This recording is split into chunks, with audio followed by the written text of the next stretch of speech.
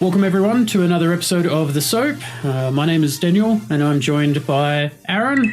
Today we're going to do a special episode dedicated to retro gaming. In particular, this one we're going to focus on the Commodore 64, big piece of my childhood memories. What about you, Aaron? You got some big memories with it? Absolutely. I think everyone in the older sort of bracket, maybe 30 plus, has got the memories of a Commodore 64, if not in their own home, in the home of a childhood friend. So the most prolific computer ever made. I, for one, never actually had one, but I had about 4 mates that did, so I didn't miss out on the Commodore 64 goodness when I was growing up. So many good games. It was a computer that was put out there. Commodore wanted people to do much more than, just write text or do spreadsheets on a computer, so they made this thing, and then it just turned into the best games machine of all time. And really didn't get used for much else, most people, but yeah, love the 64. Would you say it's like the birth of computers, like going away from the more console-y kind of thing and building like what we see now as a modern day computer that can play games, can do programs and all that kind of stuff? Would that be where they kind of started? I reckon, yeah. It took what the Apple II started. I mean, the Apple II was the first sort of affordable computer, for the masses that could do more than one thing. Before that, most computers were built for a very specific purpose in mind. I think it took the idea of the Apple II and ran with it in a big, big way, and definitely saw the multi-use or the multi-purpose computer definitely come out of the Commodore 64. If we didn't have the Commodore 64, I think computing would probably be a lot different today than what it is now. And maybe games wouldn't be as prolific, who knows. But yeah, the Commodore 64 was a massive, massive influence, I think, to computers to this day, and will be forever and a day. There's been more Commodore 64s made than pretty much any other computer ever. And I'll get into that when we go over the stats, but it was the most wildly successful computer ever made. So, yeah, it's got to have had an effect. What do you think? Well, I spent most of my early childhood on this before 64s and all that kind of stuff. This is where I started growing up with it. And so many different games and different mediums. It was a learning experience. And they say that video games are actually really good at increasing your mathematical functions and things like that in terms of learning and that. For me, as a kid, I spent so much time doing this, and there's so many things to figure out. And I was often left to, all of this by itself. And instead of what came later, where you just put a disk in and the game would start up, there was a bit of an operating system and that for it. So you really did actually have to use your brain a little bit, at least for a kid, to actually get these to work. And most importantly was the different types of hardware that was involved. I'm sure you can tell us a little bit more, but you had the cassettes, the floppy disks, and the cartridges, obviously. Different mediums had different effects on how the game ran and how long it took to load, how much graphical power and that. Tell us a bit, I know you know a bit more about it. Tell us a bit more about that kind of side of things. Okay, yeah, the Commodore 64 was unique, I guess, in the way that you could get stuff into it.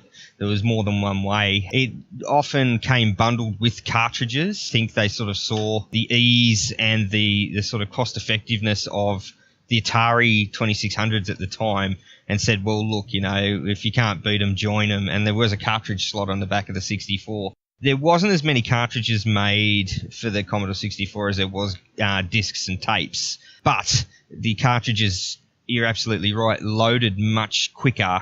You didn't have to, press play on the tape and then go and make a cup of tea or go out and play a game of cricket in the backyard and come back before your game would load. They were much quicker. And I believe at least in Australia, most Commodore 64s were bundled with a cartridge that had a couple of games in it, and most notably probably the one that everyone remembers is Wizard of War, but I'm sure you can tell us a bit more about that later. The tape drives were interesting. You could get games on tape, something that was done in previous PCs like the Micro B and the Amstrad PCs, which weren't really what we're going to talk about, but tapes were a very sort of common way to do things back then. Very, very slow, though. A tape, you could take anywhere from 5, 10, 15 minutes to load in a game off a tape. They were also quite unreliable, especially if the tape deck ate your tape. Then obviously the game wouldn't load, or if the tape had been near a magnet or near the big old tube tellies that you had in the day, that could also affect the tape, and it wouldn't play. A lot of people used to copy tapes though as well, and the more the tapes got copied, the less likely the game would be to load. It was a precursor to the floppy disk drive that came out a bit later for the Commodore 64. Actually, when it was first released, I believe it cost more than the actual Commodore 64 itself, and it was a huge leap forward in how they got data into the machine. The first couple of runs of the disk drive for the Commodore 64 were notoriously poor quality, really, really noisy, and often failed as well. And if anyone can remember back in the day, the old rant, rant, rant noise. I remember. Of course, you see a bit of retro throwbacks in some games and things where they get that noise in there, and younger people may go, what is that noise? I don't understand what that is. But yeah, had a couple of different ways to get in. And of course, the fourth way you could get a game into the Commodore 64 is to actually type it in yourself. Games could be programmed directly into the machine. As you said, when you turn the machine on, it booted into a screen, and it had already had the DOS program loaded, and most things were written in very, very easy to use DOS. And I remember the magazines of the day often had a few pages at the back devoted to your own games, and if you spent the time to type it all in, you could actually play a game that you basically programmed yourself. It was very revolutionary for its time, sort of a melding, I guess, of a games console with a machine that did heaps more. And as the time went on, tapes kind of fell by the wayside, and more effective and faster disk drives were introduced. And as Commodore allowed other companies to make their own disk drives, they became of a better quality, and basically by the end, everyone with a Commodore 64 had at least one or two disk drives hanging off it. With that, so if I remember my Commodore back in the day, you had the big box CRT monitor, and then you had the keyboard. And in the keyboard is where you would put the cartridges, if I remember correctly. Yeah, it was in the back. So the Commodore 64 it's an all-in-one unit. It's basically a big fat keyboard. If you haven't seen one, it just looks like a big box with a keyboard on top with some ports on the side and some ports on the back. It was an all-in-one, which was a massive departure from what computers looked like in the day as well. Most computers looked like the big, beige toaster. You had a massive box, then you had a keyboard coming off that box and a monitor stuck on top. The Commodore 64 was a little bit more unique as well in the fact that you could plug it into a television. It had a RF modulator in the back, which meant that it outputted a video signal to a particular UHF channel, so you could tune a television into it as if it was a television station, where a lot of your IBMs and main sort of frame computers back in the day needed a dedicated monitor. The Commodore 64 was plug and play, one of probably the first plug and play things ever invented, that you could get it out of the box at home and plug it straight into your old tube TV, which I think allowed for it to become as popular as it did. You didn't have to buy a lot of expensive add-ons for it. You didn't have to buy a dedicated monitor, and if you had any old tape deck with the right interface, you could play a tape and get a game into the machine. Now, with that, the tape machine and the disk drive, they were both separate. That's right, yeah. So you had them plugging in. What was the difference in the medium? What did each method allow? Obviously, the cartridges were the faster loading ones.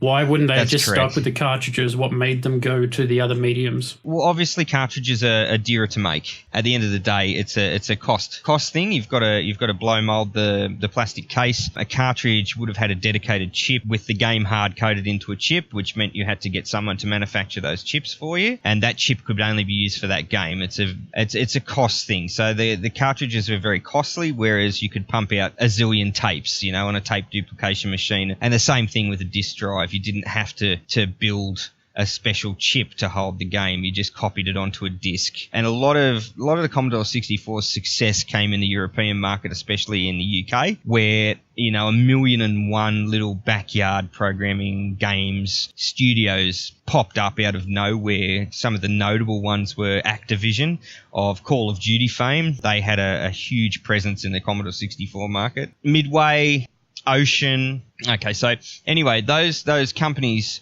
and your backyard games creators didn't have the facilities to, build a production line and program a chip and put it into a circuit board for a cartridge. So they distributed everything on a disc or a tape, and it was much easier to do that. Also, it's been around forever and it's never going to go away. Discs and tapes were much easier to copy, and so there was a prolific piracy scene. Back then, it was often more you would pirate the game, see if you liked it, and then you would go and buy it. Games were a lot more accessible. DRM wasn't a thing, and, companies still stayed alive and made money even though there was rampant piracy back in the day. Did the different mediums allow for different game parameters, such as more graphics, more content, that kind of thing? Oh, it would. The tapes and the discs didn't have too much of a different sort of storage capacity. The disc allowed for the game to load quicker, would be the big difference. So you could have a game on a tape, or you could have a game on a disc, and it'd still essentially be the same game. It wouldn't play any differently once it was loaded, but loading off a tape is really slow compared to loading off a disc. For the nerds out there, the tape actually connected via a modem interface, and it was a 300 baud interface to transfer the data across. Very, very slow. It's like 3 bytes a second or something like that. It's absolutely, mind-bogglingly slow in this day and age. It really is. So your game wouldn't be affected too much. It would be just the time in between loading to get to the game. And the disc was a much faster way to do it. Still slow in today's sort of today's hardware specifications, but much quicker than the tape.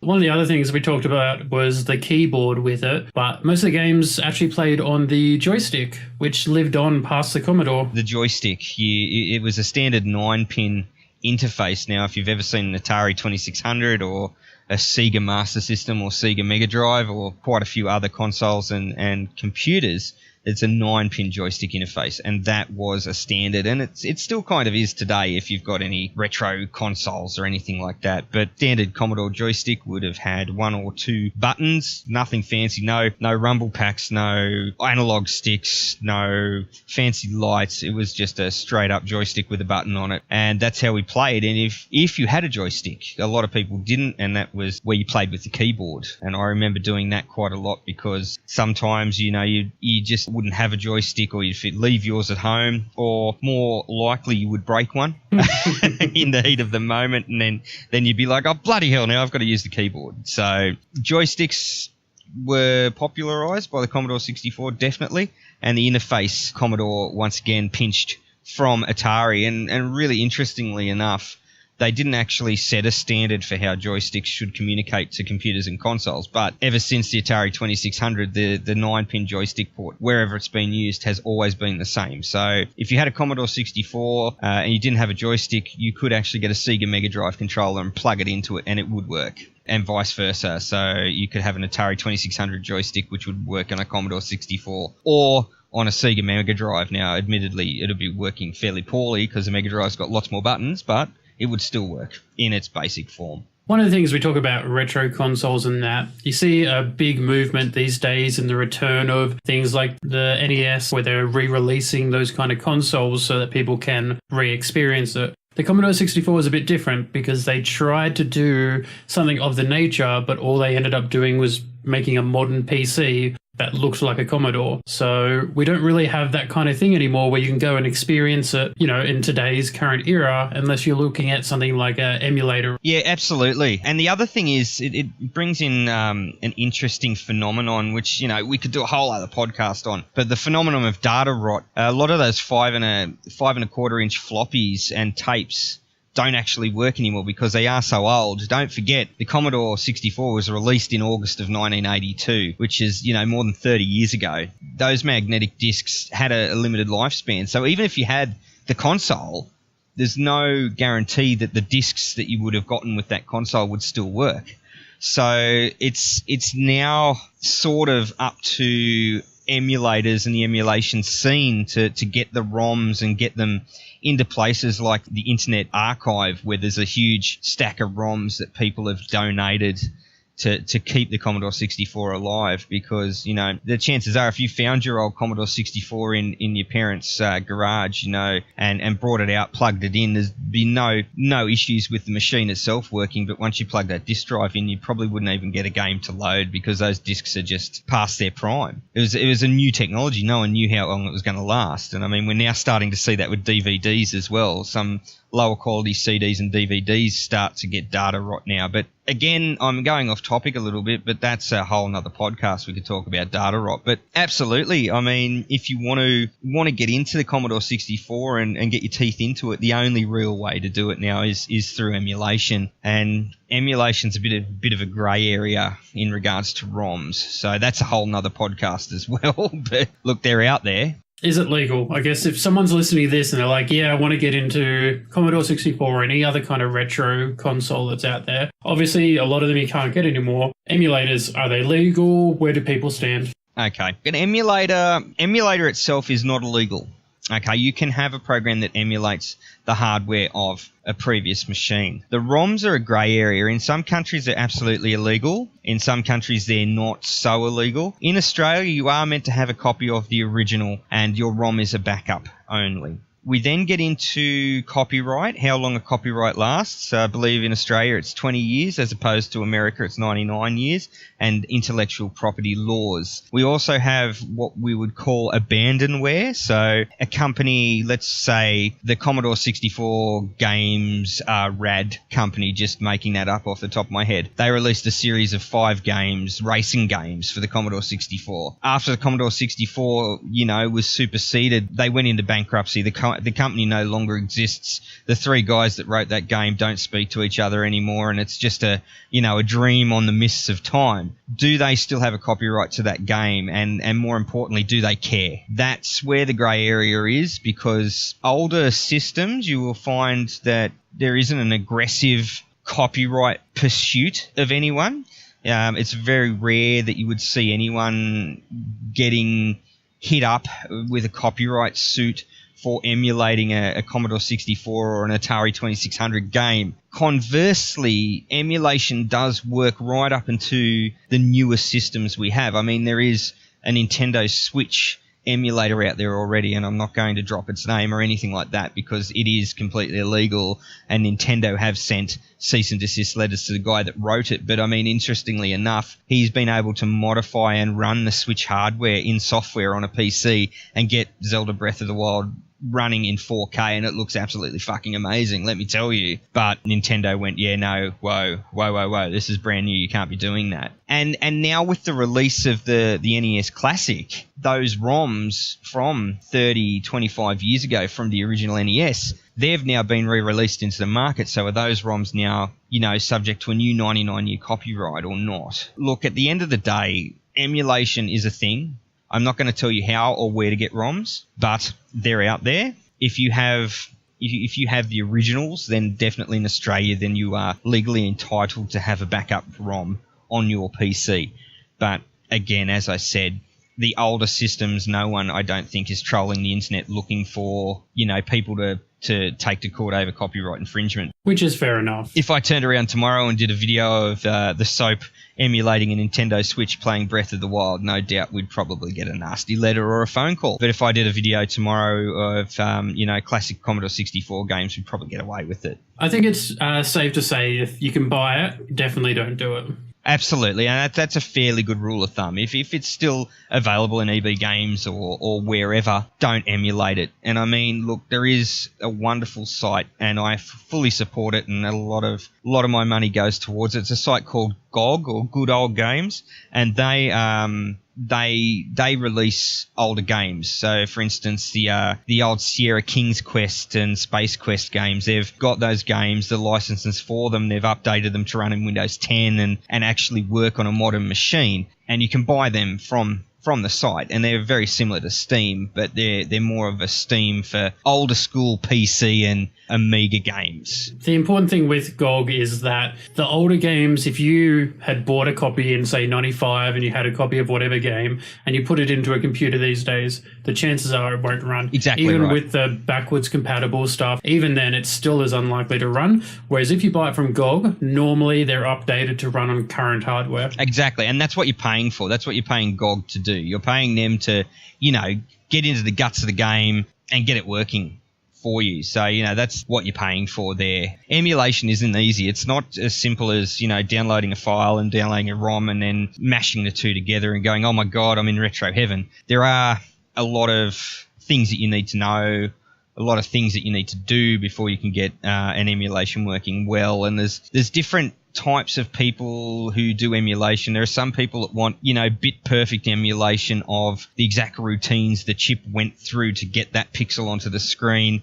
Then there are other people that just want an emulation that runs well enough to look like the original game. And there are, you know, everything in between. And it was back to what you said quite a few minutes ago. The re-release of the Commodore 64 and the Amiga a few years ago, a lot of us that cut our teeth on these machines got very excited thinking that this is actually going to be PC that's going to have those capabilities to, you know, if you had the disc that still worked, to actually play it. But it just turned out to be a boring old PC with the Amiga and Commodore 64 name slapped on it for a bit of quick retro cred. That was really disappointing. Really, really disappointing. Yeah, I remember hearing it coming out, and I was like, I can't believe that they're going to do this. This was before the NES re-releases and that kind of stuff. And yep. Yeah, it's so disappointing when they finally went, yeah, it's just the name slapped on a PC. A lot of people weren't very happy about it, but I mean, there's a huge scene for the older systems. I mean, Commodore 64s, they made over 30 million of them, which is a frightening amount of computers when you think about it. And they do still hold the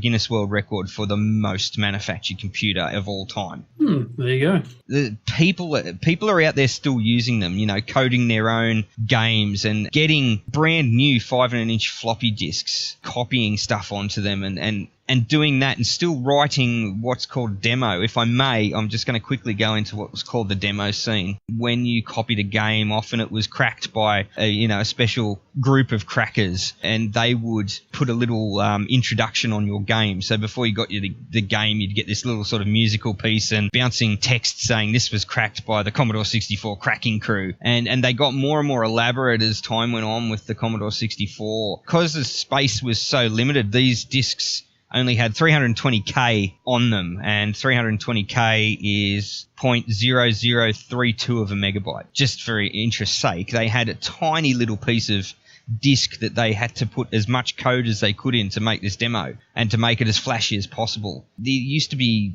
competitions every year to see who could make the best one in 64K of space or 32K of space. These guys still do that to this day. If you go online and look at old school demo scenes on YouTube or on any specialist site, there are still guys programming the chip in the Commodore 64 and the Commodore 64 hardware to do this. Yep. They're still there. There's still people that do this. So this machine is far from dead, as much as we might say it is. And, you know, a lot of people may not remember it. Yeah, it doesn't get the light that a lot of other consoles get, but you still see it around.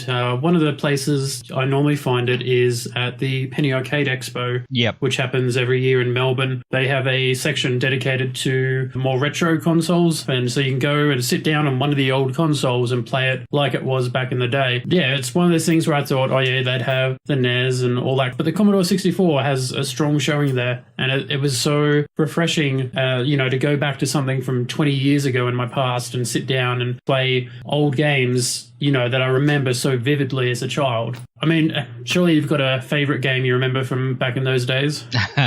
My favorite game on the Commodore 64, along with probably a million other people, was definitely California Games. Tell us a bit about it. Wonderful game.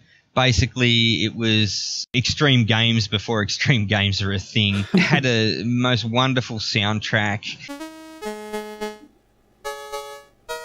And basically there was a few different mini games. So you could skateboard on a half pipe, you could roller skate and jump, you could surf, ride a BMX and do jumps and backflips, could even play hacky sack. One of the harder ones on California games, actually. Yeah, you had your character and you had to keep the hacky sack in the air for as long as you could and count the number of kicks. And there was even a frisbee game, so you could throw a frisbee around. But it was just an iconic game. It was something that we'd never seen before, really. I hadn't anyway. Like, I was used to Space Invaders and Pac-Man and really simple games where you had to use a lot of imagination to sort of get there. And then on the Commodore 64, suddenly there's this beautiful, colourful half pipe, and it's got Santa Cruz and surf brands on a billboard behind a half pipe, and you play a character in either a bikini or a pair of board shorts, and you actually see him flipping and doing tricks on this skateboard, and it was like, wow, this is amazing. And it was also one of the greatest two-player games as well.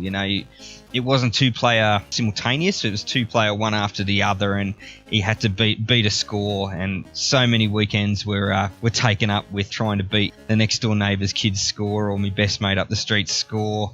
And then if you were at home on your own and no one was there to see it, you couldn't just take a photo of it. You had to just tell everyone, and they'd be like, yeah, bullshit. It's like, I'll come around to your place on the weekend and I'll show you how I did it. And of course, you could never do it again. Sorry, that raises a important thing about games back in those days. Today, you've got, huge storylines, graphics, all that. Back in those days, though, scores were the important factor about a game. Absolutely. Only thing you wanted to do in a game was get a better score. You didn't want to see an ending cinematic or a cutscene because there weren't any. You just wanted to get that high score. And I remember in the computer magazines of the day, always in the back, there was a page dedicated to high scores. I don't know if you remember that as well, but you had to get a high score and then take a photo of the screen and then go and get the photo developed and send the photo off to Australian Commodore user. And if they said, yep, that's legit, they put your name in the high score list, and it was a massive thing to get on that high score list. But yeah, scores were everything back then. Do you reckon kids these days can fully understand the different lifestyle that games were back then compared to now? There's just such a broad difference. I don't think so. They were much. Look, they weren't any less competitive, but they weren't. And I hate to digress. They weren't as toxic as they are now. Spend half an hour playing Call of Duty and you know exactly what I mean. Spend half an hour playing California games and the worst thing you're going to do is go, come on, bullshit. How did you pull off that double flip on the half pipe? Or how did you get the BMX to flip around like that? Nah, that's crap. Give me a go. And then it's like, I'm only 400 points off your score. No, I can do it. Fuck, I dropped the hacky sack. And there's I'm going to do explicit things to your mother or your significant other. There's none of that. It wasn't as toxic in any way, shape or form. It was just good fun. And if you got... Interesting aside, if you got the tape version of California games, and I mentioned it before, you put it in and go out and play a game backyard cricket before you come back and actually have it loaded. And I remember doing that because it took about 15 minutes to load California games from tape. And that's if you got it right. You rewound the tape all the way back and then started it. You didn't get halfway through and then get an error and then have to start again. So it was always someone's responsibility to come in off the fielding side and go and check and see if the game had loaded. And then come out to the back and shout out and go, righto, cricket bat down, let's go and play. But it wasn't instant gratification either. You had to wait for it, and it was more eager, ready to go instead of just going, fucking lag. I hate this. Why am I waiting? It was a whole different thing. And I think it was fresh too. It was something new. Yeah. And I mean, you still see references to things like scores and that these days. Like if anyone's seen Pixels, the Adam Sandler movie. Very underrated movie, that one. When it first was coming out, it was that nostalgia factor. Everyone Absolutely. remembered those games. Everyone wanted to, Donkey Kong, Qbert, all those kind of things, which I played on the Commodore 64. Essentially, that was the Commodore 64 come to life for me as a movie. And, it was very underrated for what it was. It's still not the greatest movie ever, but it was a good bit of fun nostalgia with it. The main part of that is Peter Dinklage, I think it is the one playing for the high score in front of everyone in that. Yeah. And that was the thing, that scores were so important, and it did it. You'd get together as a group and, cheer someone on, or if you didn't want them to beat your score, and then If you went to, say like a cinema or that, and they had a machine, you'd put your initials in, and, you'd go back later on and be like, yeah, those are my initials, showing off to everyone. Yep. And just a very quick, interesting aside on the Peter Dinklage thing. His character in Pixels is based off a guy called Billy Mitchell. He was the holder of the world high score for Donkey Kong for quite a while. Mm-hmm. And there's a brilliant movie on Netflix. It's called The King of Kong, A Fistful of Quarters. It's a really, really good movie. I suggest everyone with an interest in gaming go and watch it. And it's about this other guy who's trying to take the title off him and get the high score. And some of the stuff that goes on in even today with grown men and Donkey Kong and those old arcade games. Amazing. And it's really, really enlightening. So if anyone's interested, absolutely, A Fistful of Quarters, The King of Kong. Great movie, and it's all about the high score. Is that a reference to like the Clint Eastwood movies, Fistful of Dollars? Yes, it is. Fistful of Quarters, because it's all about the arcade games. Not the home systems, but the arcade games of the same era. So, but completely relevant. That's something we don't really have anymore, is it? The arcade technologies now, you can't go and play something that's going to blow you away in an arcade anymore, because we've all got these amazing gaming PCs that can do anything, including VR. But back in the day, Street Fighter 2, when it first launched in the arcades, the graphics were over and above what you could get on a home console or a home PC. And everyone was like, mate, that's amazing. And pumped 20-cent coins into it because we had to play this game. Then, of course, they got released for computers and consoles and wasn't as good because the hardware of the arcade was much better. And that's something that younger gamers will never experience, to see a brand new game at the arcade in new technology, because, well, technology's all a bit passé now. It's just whatever you can do in an arcade, you can do on your PC at home now. Again, it's really hard to compare games today to games back then, but without the games back then, we wouldn't have the games today. Definitely. Personally, I remember, I don't know if this is one of the more popular games or not, but Wizard of War, we already mentioned a bit earlier. That was one of my big iconic memories of the Commodore 64.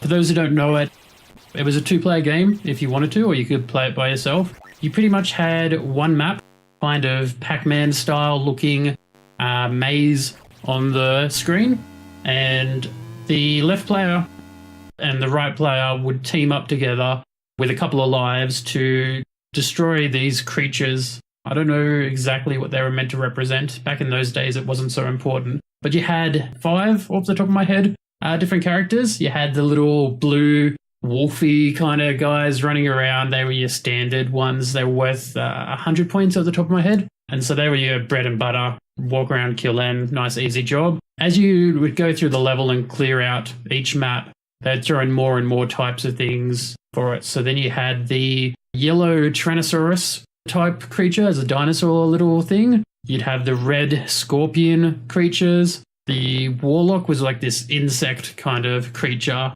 roaming around. And then you'd have the actual Wizard of War. And when that appeared, you knew you were in for a fight. It was faster and that noise it made. I always remember that from Wizard of War. The whole like noise it made when the Wizard of War came on screen, and you're like, "Fuck!" Yeah, that was when you're like really mashing it and joysticks would get broken, and that was the serious business right there. But I mean, the other ones, the yellow and the red ones, I think it was, could also go invisible. And so you'd be walking along, you'd be like, where'd it go? And then all of a sudden it reappear right next to you. You're like, oh shit, got to turn around and kill it and that. One of the interesting things is that you could kill each other. If you were player 1, you could actually kill player 2 if you wanted to. And it came back to the whole score side of things. So if you wanted to co-op it and together try and get the highest score together, then you could do that. But if you're a bit more competitive and you wanted to win every time, you could actually do the little sneaky and kill the other person, which I'm not admitting that I did at any time. But, you know, the accidental crossfire did happen sometimes. Friendly fire. Yeah, it's like, oh, it was an accident. You were just standing in front of my bullet. But yeah, you'd go through each level, you'd kill it, get the points for it, move on. Every couple of levels, there was a blank one, where it's just free for all, run around and kill everything, nowhere to hide or that. The maze normally gave you a little bit of cover, but also would protect the enemies as well because you couldn't shoot them through the maze. It was a basic game that just was a lot of fun, and what these games what games today don't have is the replayability. It wasn't yep, I finished the game, I'll go sell that, trade it in and get a new game. These were games that you would play with your friends, and once you won or lost, you just restarted it, had more fun. And that's... I can get another 100,000 points. Yeah. And that's what I'm going to do. So it's all about the fun of the game. It wasn't about anything else. It wasn't about, who could complete it, who could get the trophy. It was just, let's have fun. So that was my big game. I don't know, that's obviously a very different style to California games. What else were you playing back then? What did I play back then? Outrun.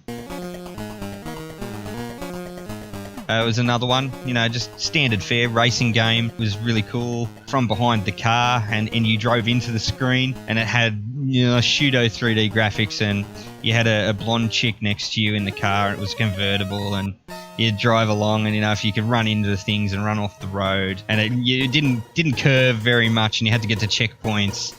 Outrun, I always did love a bit of Outrun. Pretty standard stuff, nothing overly spectacular, but always trying to cut the corners and get to that next checkpoint, because you always only had 1 second to spare to get there as it got harder and harder. Do you remember a bit similar but not probably as good quality, but the one I used to play was Buggy Boy? Buggy Boy, Did yes. you ever play that? And Yes. you could jump stuff. Yeah, absolutely. That was a great game. So many games, and a lot of genres came out of the Commodore 64. Your racing game, your traditional racing game, you had platformers. Platforming games were the bread and butter of the 8 and the 16-bit era games. Once we got into the 64-bit era, it was all open world, 3D stuff. But before that, we had platform games. And some of the platform games, like Donkey Kong, would probably be the earliest type of platform game where it was side on and you had to jump. But one we were discussing before was Impossible Mission. Yeah. I always think it's Mission Impossible. Like, that movie just is stuck in my head so much.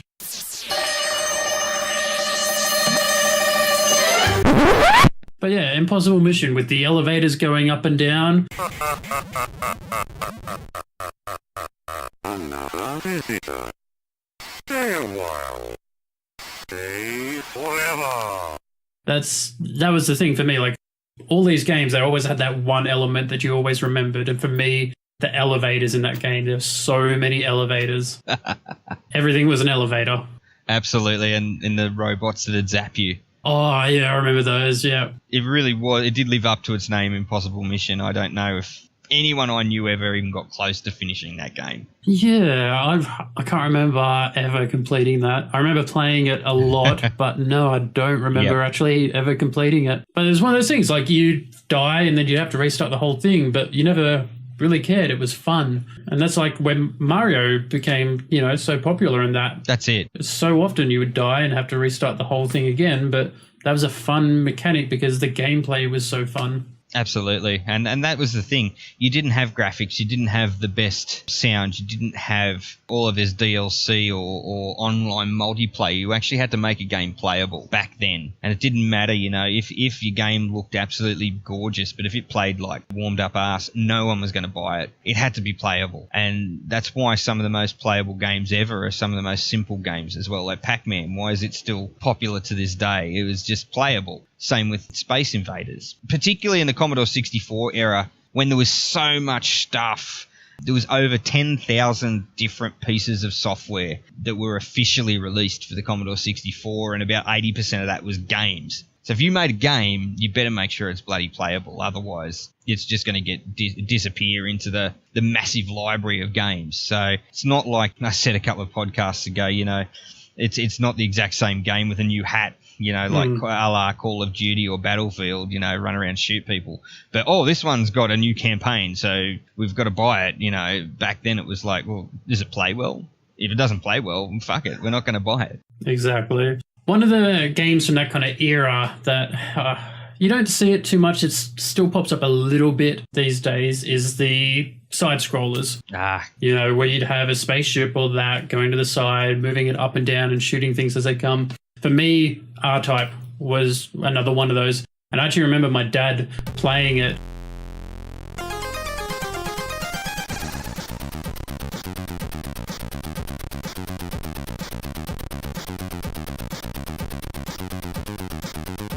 and just remember being like, I want to play that, I want that. It was just amazing, like some of the ways that they created the maps. Like there's one where you're attacking a giant spaceship-like thing, and instead of it just being all left to right, as you move left to right, the spaceship would move around, and so you started from the left of it, and then you would slowly move under the spaceship, destroying all the guns on the bottom. And then as you'd get to the far side of it, then you would have to turn around without actually turning around. You'd actually use your extra little ball thing that you could attach to your ship and use it to shoot backwards as you then went back inside the spaceship. I don't know, did you play R-Type much? I played a lot of those. That's still one of my favourite genres of games today. The shoot 'em up, or shmup, as they get called a bit these days. But yeah, R-Type, where you've got the spaceship and it's one man against the hordes of aliens. I played a lot of R-Type. There was quite a few different types. They did a vertical one as well, so your 1942, 44 type games where you're at the bottom of the screen, you're flying up. Yep. They're more commonly called bullet hell games now on Steam, if you look that up. Yep. And there's a whole stack of them. But yeah, I love my shooters. Absolutely love them. Possibly my favourite one is a game called Xenon 2. Popular on the Amiga and the Atari ST, not so much on the Commodore 64, but same vein, definitely. And R-Type in my library for sure. I do remember that, and I have emulated that a few times along with 1942. But you were talking about that before, Dan. Yeah, both of them are right up there. R-Type I actually own on my iPhone. Ah, nice. They have a habit of releasing it, and then I guess the licensing gets done and it disappears and then it appears again. But I do own R-Type on my phone, and we'll definitely pull it out every here and there and go back for a bit of nostalgia and that. 1942? Oh, there was 1942, 1944. There was a whole heap of it. Yeah, I remember there was a couple of them. They actually got re-released on the PS3 for it, where I bought them again, just that nostalgia, like you just got to have them. And they don't make them these days like they used to. Like it's just not a common thing. And I'm still waiting for that to really hit back and get, some next-gen consoles that will create that style of game. They're not going to be, your AAA games or that, but $20 if you make a full in-depth version with some decent graphics, a lot of people will jump on because that genre is still going strong. It's lacking the games coming out for it now. It's a genre that's not explored enough. And I said it before, now everything's open world 3D now. It's like you've got an idea for a game, you've got to shoehorn it into an open world style. No one's releasing really good side-scrollers or platforming games really anymore. I mean, they're out there, but you've got to really look. The Commodore 64 was the best at those. Absolutely. It really was. Again, you go back to playability, don't you? And you wouldn't continue playing a game where you die every 30 seconds. And most of those shoot 'em up games you did because the screen fills with bullets and you've got nowhere to go. And it's like, you're giving yourself carpal tunnel syndrome trying to, flick the fire button fast enough to shoot the bullets. Like, you wouldn't go back to that if it wasn't good. Evidenced by the fact that you bought it on your iPhone. Like, I didn't even know it was available. It's one of those things that you got to keep an eye out for. Australia doesn't get it as much. Like in America, they'll have the licensing a lot better. But Australia and that do struggle with the licensing, which is why it appears and disappears quite constantly. I remember someone had it and I was like, oh yeah, sweet. And I played it on theirs and I was like, oh, I've got to get around to actually buying that. By the time I got around to it, the license was gone in Australia, but was still available in America. Took it like a year or two before it actually came back in Australia, even though there was no changes. It's back on the App Store. I'm on it now. There it is in all its glory. Wow. And how much is it Australian? It's $2.99 Australian for R-Type on its own. Bargain. There is the classics bundle, and it's got some great names. It's got R-Type, R-Type 2, Raiden, which is one of the most amazing vertical scrollers ever made. Here's a game that's going to cause some talk, no doubt. Is Double Dragon is in this bundle as well. Yep. I do remember that. A game called Another World, which was a 16-bit game and one of the ones with most beautiful animations. Okay. But that's not what we're talking about right now. And there was another game called Little Big Adventure, and that bundle's $15. Like, for me, that's the justified purchase. I'd definitely buy that. Or you can just get R-Type, R-Type 2, and Raiden Legacy for $10. Let's go back to Double Dragon. Now, surely you've played Double Dragon. I did play it. I do remember. That's something that still lives on. Once again, that's another one of those games that you'll still see around, and that I'm pretty sure there's been a re-release or something like that. Am I crazy? Yeah, we got up to Double Dragon 5 or so in the console and the early Amiga days as well. They just kept pumping sequels out, and they got continually sillier and sillier as time went on, but people still bought them. Yeah, Double Dragon Neon for the PS3. Yep. And I mean, it was one of the big side-scrolling beat-em-ups, and it created a genre as well, Double Dragon, without a doubt. You know, and then you had Final Fight, which came after it, which is basically the same thing. Then you went on to, you know, the Simpsons and Ninja Turtles arcade game where you had up to 4 of you just bashing stuff and walking to the right. Without Double Dragon, we wouldn't have had any of that. Of course, we wouldn't have had that most famous of typos in Double Dragon 2, where it's Bimmy and Billy instead of Jimmy and Billy. Someone put a B in instead. Look that up, definitely. It's Quality control. Double Dragon was awesome. It was just a button masher. You just beat the Christ out of it. All these dudes that came at you to rescue your girlfriend, and that's pure gaming. There's no pretense there. There's no story. There's no bullshit. There's no set dressing. It's like they've stolen your missus. Kick everyone's ass and get it back. And do it with style. That's it. And do it with style. There's none of this, mind control and aliens and shit. It's just kick everyone's ass. And I, for one, support games like that. So good. Another one I remember, Boulder Dash. Do you remember that back in the day? I think so. This is the one where you had to kind of like dig through I don't even know what it was. It was just the pixels. And like if you'd go under a boulder, it would crush whatever was under it. Oh, so there'd always be those little creatures and that. And then you run under the boulder and get it to drop on top of them. And you could collect the gems, or I'll have to actually look it up exactly what you were collecting. But yeah, they were like gems or diamonds, something like that. And you were just digging through them and just, trying not to be crushed by all these boulders as you went through each little map. I do remember it, yes. Didn't play a great deal of it, but I do remember it. I remember 1 and 2. I think there might have been more after it or something like that, but I remember 1 and 2, and they were both great. Plenty of hours spent on that. Same with Bubble Bobble. That's one that used to be in the arcade machines. I'm pretty sure it was ported to everything known to mankind.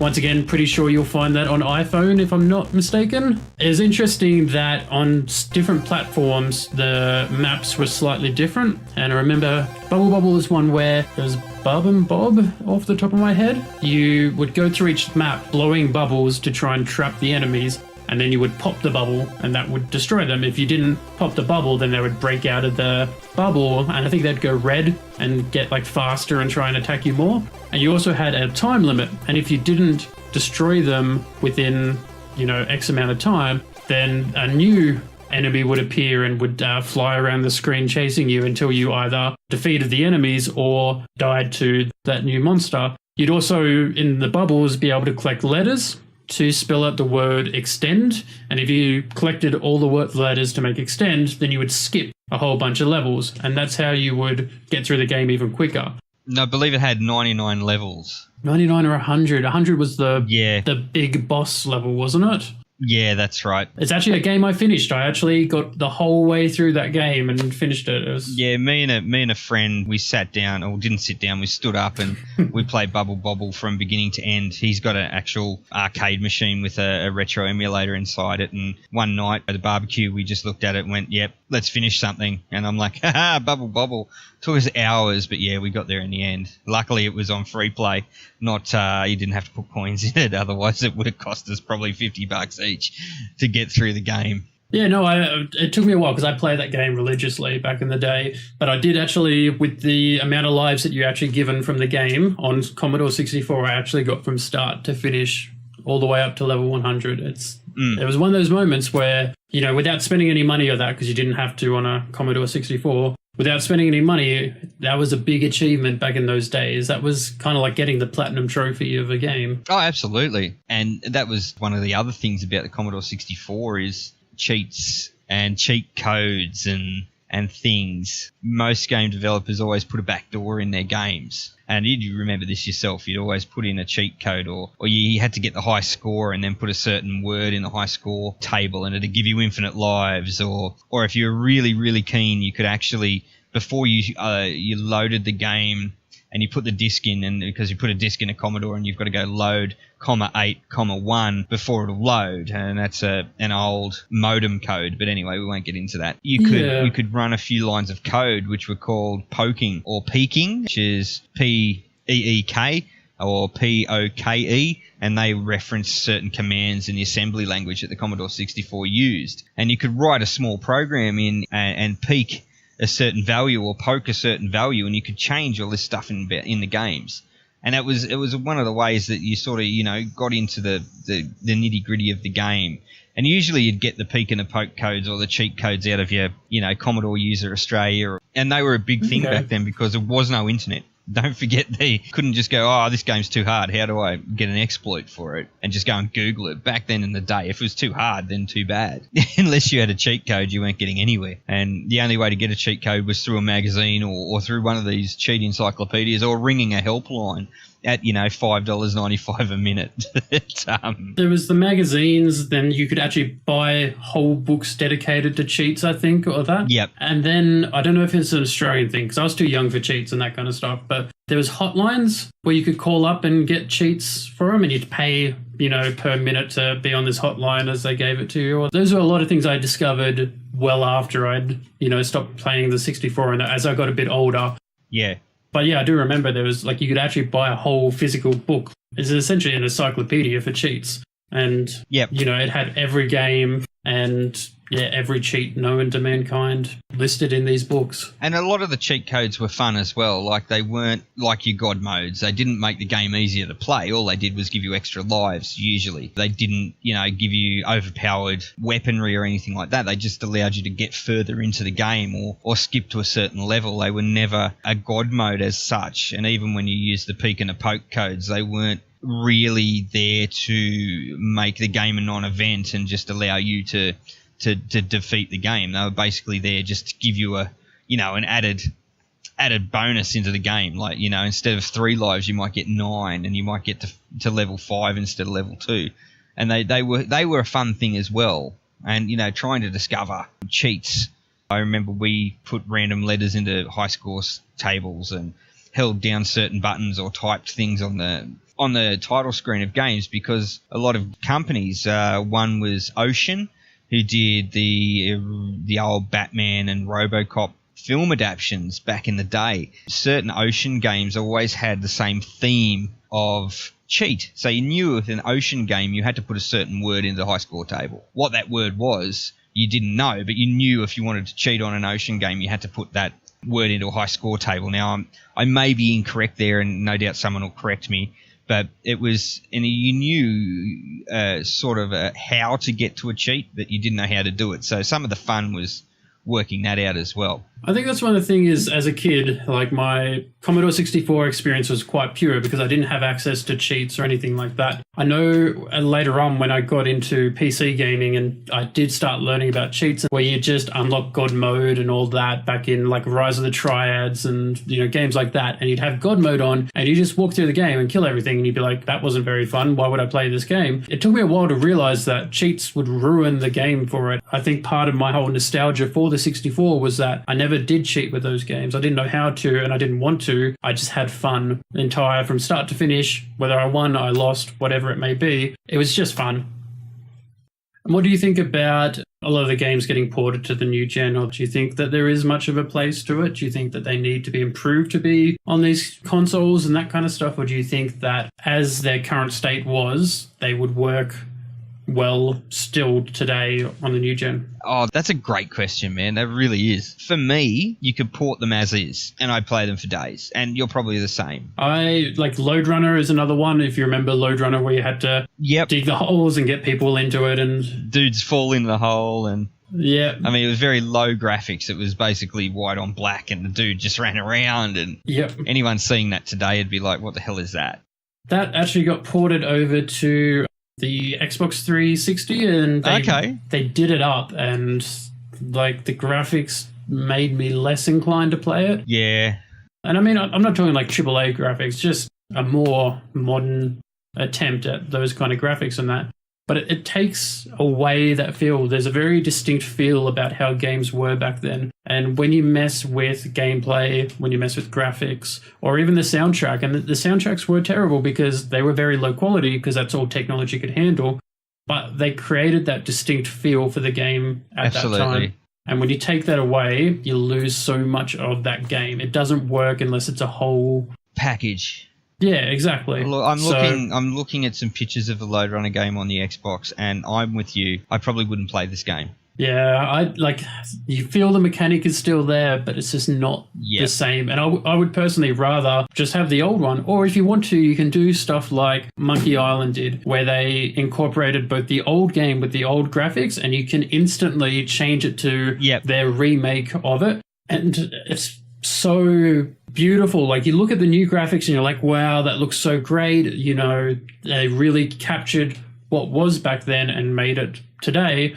But then you can go back and be like, yeah, this is what it was like back then. And there's no difference. The gameplay, they didn't mess with that in any way, shape, or form. And so you can experience what you want to experience. If you want to live in the present, you can do that. If you want to live in the past, you can do that. If you want to do both, you can do that. I think if you're going to port them and you want to mess with them, you've got to do that. That's the only way to do that. Yeah, let you go back to the original. But as I was saying, like, for me, absolutely, give me the original any day.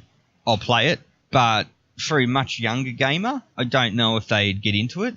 They may be put off by the primitiveness of the game and may not give it a chance. I feel that might be what would happen. Like, I definitely would go for a port of a game if it remains the core mechanic. And, like, yeah, reskin it, but don't change it. The Monkey Island thing is totally on point. That's how these games should be redone, if at all. All right, well, thinking about the games that we used to play and all that on the 64, I guess if you were to take one of the older games, you know, the Bubble Bobbles, the Wizard of War, that kind of stuff, to make it into next-gen AAA, you know, big style release, what kind of game would you go back and turn from, you know, that old 8-bit graphics into your modern-day masterpiece?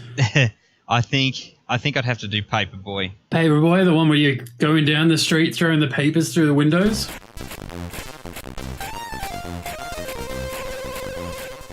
Absolutely. You know, we throw a big budget at it, and Did you ever hit the mailboxes? Because I always aimed for the windows. I just had this thing where I had to destroy those houses. I don't know what it's like being an actual paperboy throwing papers, but I feel like if I was that person, I would dead set have broken so many windows in my life. Look, a really quick aside about that game, random nerd fact, is that if you failed to deliver a paper at all to a house that wanted a paper, then they wouldn't subscribe, and so they'd be a dark house the next time you played the game. Ah. If you broke a window, they still subscribed because the game still registered that as a delivery of the paper. So, like, you could smash a window and these guys would still be like, yeah, fuck yeah, we want the paper. But if you forgot to send one or they throw one through their window or in their mailbox, they're like, nah, fuck it, it's all over. We don't want to subscribe anymore. Could you imagine if that was real life? Like, every day you're just like, papers, oh, damn it, the window again. Like, how many times do they have to repair those windows just for one newspaper a day? Like, one newspaper a day, yeah. If I had to transport an old game into a AAA release, Paperboy for sure. Do you reckon it'd be like GTA style? Like, you know? Yeah, I was going to say, make it... Yeah, it's got to be gritty now, hasn't it? Like, everything's gritty, so we've got to make it gritty as fuck. Not only are you the paperboy, you've got to deliver these papers because, you know, your sister's been held captive by the paper shop, the news agent. It's like, damn it, motherfucker, you've got to get subscription numbers up, and if you don't, I'm gonna execute your sister. Don't forget your token drug scene where you've taken too much acid and then the newspapers come alive and you got to fight the newspapers off. Got to fight them off. And, well, the Grim Reaper, and I mean the old game, the Grim Reaper used to come out randomly, I know, and attack you. So yeah, that's the acid part. So like you get trying to, you know, get paper subscriptions up, you forge a deal with the local drug cartel, and you know you put the drugs inside the newspapers and you get a double points for getting the drugs and the newspapers in the window or in the mailbox. And of course, you know, graphically you could do, you know, GTA style. So you're on your push bike, and then you hit L2 to aim and throw the newspaper, and then if someone gets a bit fresh or gives you some lip, you can jump off the bike and start punching into them. I'm imagining Postal 2, if you remember that, and how it just got really messed up, and then by the end it was literally raining cats for it. I feel like that's what's happening in this game as you're driving your bike along. Absolutely, man. And we'll get some gritty actors, maybe Al Pacino or someone to play the newspaper guy. I feel like you still got to be John St. John as the paper boy. Yep, absolutely. We can do that. The Rock could be in there somewhere. Maybe he's your mentor. Oh, we've got to have a training montage. You got to, the old paper boy from the 8-bit games has got to come and teach you how to throw papers through the windows or something like that as well. And narrated by Sean Connery, of course. Narrated by Sean Connery. Just make it as gritty as fuck. Get some drugs in there. Maybe some boobs. Get that MA rating. Really, really just double down on the grit. First-person paper shooter with drugs, and I feel like we've got this game banned in Australia. Absolutely already. Yep, it's out, mate. But no, that's where I'm going with that. That's where I think it should be. But hey, why don't I turn it around and ask you, what AAA game do we have now that should go back to Commodore 64 style? So hard because the mechanics have changed quite a lot. The Call of Duties and that kind of stuff is so hard to take back into those, like where gameplay was so important in that. But I guess if I think about the kind of fun that I have these days on a console that was like that, Rocket League. Rocket League. Rocket League would have to be the thing. And once again, it brings everyone together, around an arcade machine with a joystick and that, but put it in that 8-bit graphics with a dodgy sound. Every time you hit the ball, you've got that dodgy bring. So maybe make it look a bit like Buggy Boy, maybe. So you got that, you're driving into the screen mechanic and the ball's big and blocky. You've got to hit it in, and like, instead of being two-player cooperative, you play first, and then when you crash, player 2 gets to have a go. And then try and get the ball in, and the AI is absolutely terrible because there's not enough clock cycles left to actually run a decent AI, so it's just in your way. I feel like I need it on the disc drive as well, just so you got that clunking sound as you're playing it, as it tries to load all the different data with it. Oh, absolutely. Or the comes on 2 or 3 discs.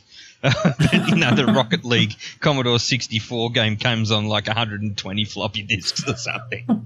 Every 30 seconds, it's like, insert disc 37. It's like, fuck. That's what Player 2 does. Like, Player 2's there changing the disc for you, and then it goes back to the other person, and you keep swapping the role of who's got to change it. Rocket League on the Commodore 64. That's a thing. If anyone out there is listening, because old is new again, I reckon get into that. Smash out Rocket League, 8-bit style. Coming soon on 342 floppy disks. Perfect. All right, well, on that note, I guess maybe we should finish up there. I think we had a good look back at the Commodore 64, and if anyone's got any feedback or any memories they'd like to share, make sure to hit us up on Facebook, YouTube, SoundCloud, Podomatic, Twitter, all those kind of things. And hey, if you want us to actually review one, let us know. There we go. Maybe keep an eye out for some videos coming soon. Excellent. All right, guys. Well, thanks very much for listening.